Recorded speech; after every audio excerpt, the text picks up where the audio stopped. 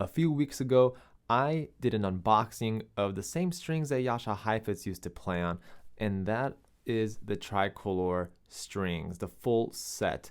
And I had the pleasure of playing on these strings for the last 2.5 weeks. And in this video, we're going to talk about some of the pros and some of the cons in relation to these strings. Stick around to the end of the video, you don't want to miss it. So let's get right into the video. These Tricolore strings are very interesting strings. As I was playing on them, I now have a huge respect for all the 20th century violinists and all the violinists that preceded before us. And for one, these strings are made of gut minus the E string. The E string is steel, and I'll get to the E string in a moment. But the A, D, and G are made of sheep gut. But the reason why I respect Jascha Heifetz and all the 20th century violinists even more so now is because these strings are not for everybody. They're for a very specific audience, a very specific kind of player, and let me tell you why. Something that was very unique about these strings is that I had to really adjust my playing style to the strings. Normally, I can just stick a pair of or a set of violin strings. I can just use my same technique and call it a day. I know I can rely on my synthetic core strings, whether they're Dominant Pros or other branded strings or whatever. But with these strings, they're very interesting. I had to change my playing style ever so slightly. I have to change the angle of my bow. I have to change my bow grip. I think that is definitely the biggest factor when I was trying to play on these strings, that I had to change my Belgian Franco bow hold more so to some kind of combination or formulation to Russian bow grip and Belgian Franco. The strings are made of sheep gut, the A and D and the G, again the E is steel. And Jascha Heifetz is actually known for using a gold Procat E string, which does not come with this set. This comes with like a very specific steel E string, but I would say that maybe it might be very close or if not similar to the gold Procat. I bought these strings as an A and D gut varnished, and then the G string silver wound.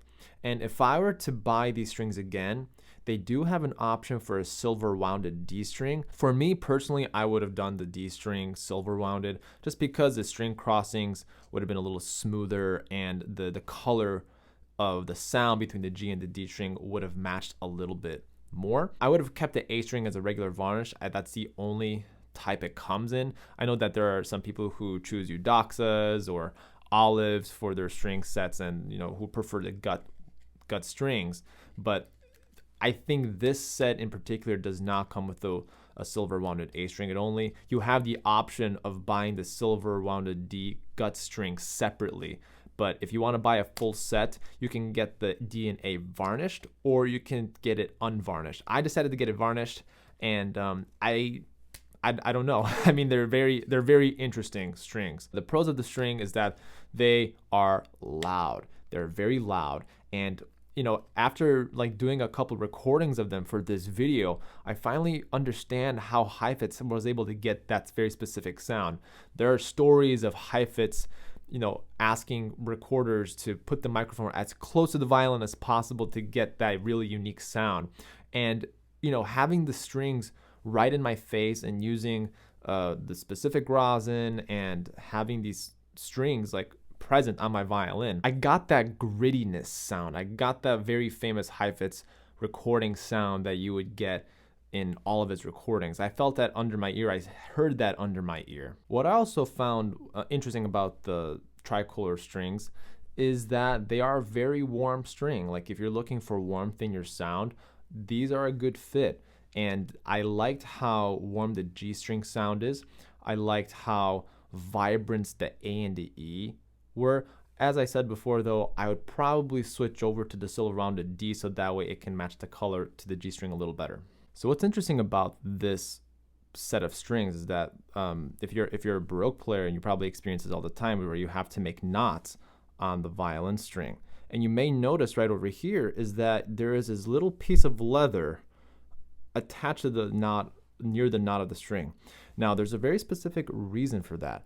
And the reason for that is so that when you're installing your strings, the knot won't come out of the tailpiece. And this piece of leather is designed and also inserted and installed on the string, so that way when you are playing your instrument, the string doesn't pop out of the tailpiece. So this is a very interesting solution to this problem right over here. So this is the G string, and I had a little bit of trouble installing it on my violin, so you might see that I created a little knot so that way it'll stick onto the tailpiece a little bit better and then it doesn't fly onto my face. But yeah, these are very interesting, and you can see based on the string that this is the silver rounded G string. Look, it's just a regular G string. And you can also see on the D string that this is a completely different color, and this is varnish.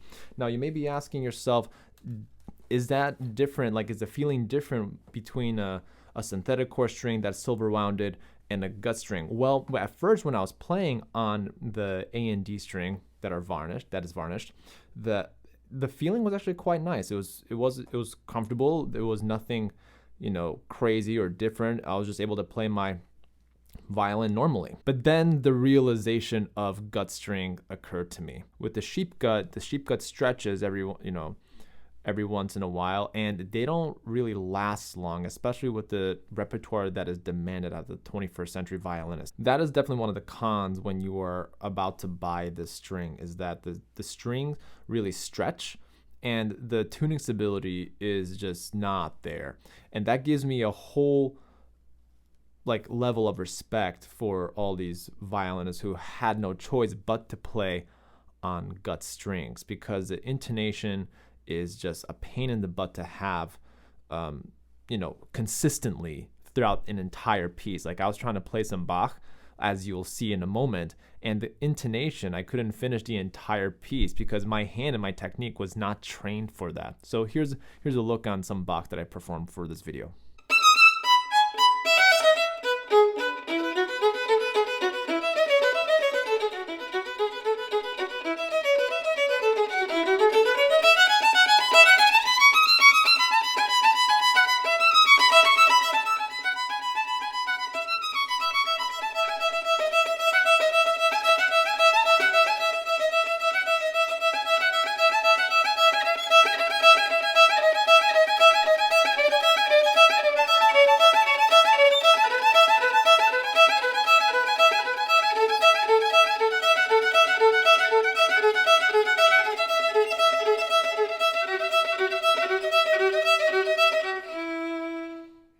So let me know in the comments section what you thought of the sound of those strings.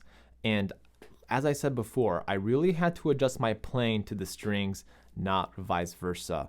And that was definitely a challenge for me within the last 2.5 weeks when I was experimenting with them. And again, I have a totally new respect for violinists who are trying to play on gut strings, because the intonation is just, it's all over the place. So forgive me if you're probably bleeding from the ears as I was trying to play for you. But you may also notice that grainy sound that is coming from the violin. And I recently had a bow rehair, so it wasn't anything to do with the bow hair. I also got new rosin, so it definitely wasn't the rosin or the kind of rosin that I was using. So yeah, my only conclusion could be the way I put the bow on the string and the contact point. And it's very different when you are playing with these kinds of strings, for sure. So the price of the full set of the Tricolore strings ran $102.75. That's with shipping. That's with tax included in the US.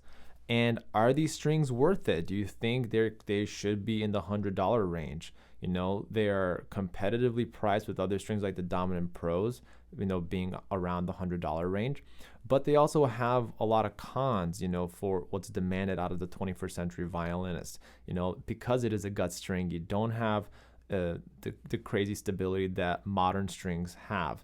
And I think that's definitely a big con when you are about to purchase strings. And also the technology of violin strings, viola strings, bass strings, cello strings has evolved so much within the last 50 years. So let me know your thoughts. Would you buy these strings? Would you not? Leave your comments down below and let me know how you think the sound is from the violin. I think these strings are in its own category because of the person who played on these strings, Jascha Heifetz. And, if he can play them, then you can play them. But again, it gives me so much more respect for someone like him to be able to adjust his intonation right on the fly. I hope you found this video valuable and helpful and informative. And if you like this video, hit the like button. And if you're new to the channel, my name is Eric. I'm a violinist. I do a lot of violin content on this YouTube channel. And if you haven't done so already, please make sure to hit the subscribe button, hit the bell notification, so that way you get notified for when new violin videos come out.